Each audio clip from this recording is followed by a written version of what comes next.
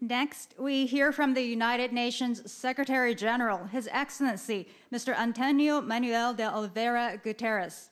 Secretary General, please take the stand. Prime Minister Abe, Excellencies, ladies and gentlemen, all protocol observed. I thank our organizers and commend the government of Japan for its leadership and vision in hosting this meeting.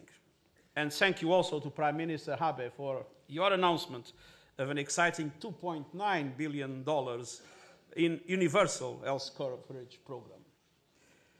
Prime Minister Abe, your commitment to ensuring health for all, both here in Japan and around the world, is truly inspiring. The announced program highlights the importance of integrated action to deliver on the Sustainable Development Agenda. Our topic today, health, and our venue, Tokyo, are perfectly matched. Japan was one of the first countries to demonstrate the power of universal health coverage, achieving it in 1961 and unlocking economic growth for the decades to follow. Next September, we celebrate the 40th anniversary of the Alma Ata Declaration, which famously set a goal of achieving health for all. And just 2 days ago, the world marked the Universal Health Coverage Day.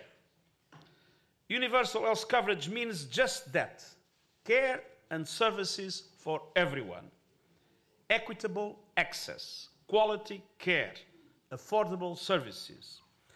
Our goal must be to protect and promote physical and mental well-being for all. Health is both an outcome and a driver of progress. It is at the center of our vision of a more sustainable, inclusive, and prosperous future. And it is central to the peace and security agenda. When we invest in health, particularly of women, children, and adolescents, we build more inclusive and resilient societies. Thanks to targeted investments in recent decades, we have made historic progress on a variety of health challenges. More women have access to modern contraception. Vaccination levels are up. More people living with HIV have access to antiretrovirals.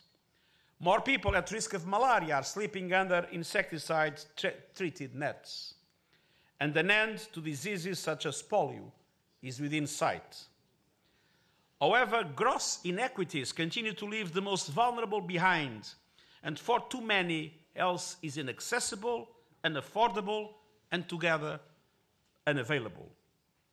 Out-of-pocket spending on health causes an estimated 100 million people to fall below the poverty line every year. And in an increasingly interconnected world, an evolving global health landscape gives rise to new threats, such as antimicrobial resistance, the impacts of climate change, and the spread of non-communicable diseases. All of these will require more integrated health systems, capable of responding effectively and equitably to the unique needs of their communities. And this means stronger surveillance systems, greater social protection mechanisms, and more efficient delivery systems. With a projected shortfall of some 14 million medical professionals in 2030, increased investment in a more robust workforce will also be important. In a globalized world, we must build systems that can detect and respond to health crises. And we must start by dissolving the silos that have governed our efforts. Our experience with tuberculosis underscores the challenge. In 2016, roughly 4.1 million new cases of tuberculosis were not officially reported.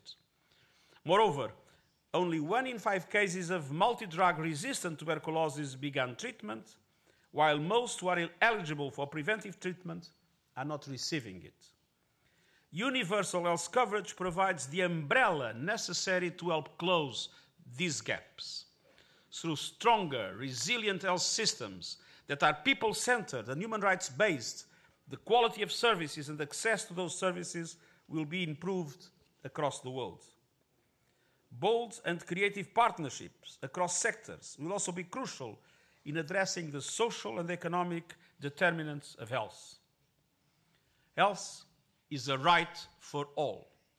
In a new development era, we must have more streamlined and sustainable financing for health that leverages linkages across sectors. We know that every $1 spent on health yields up to $20 in full income growth within a generation. Political commitment will be critical to unlocking these investments. There is, of course, no one-size-fits-all solution, and each country must walk its own path towards universal health coverage. The United Nations stands ready to support the development and implementation of national plans that benefit all. And we look forward to the General Assembly high-level meeting on universal health coverage in 2019. Let us remember, just as peace is not simply the absence of conflict, so is health not just the lack of illness. Our goal is not only a band-aid or a single dose of medicine, important as those are. Our goal must be overall well-being, physically and mentally, for everyone in all countries.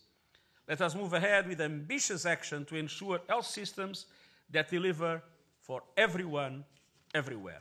Thank you.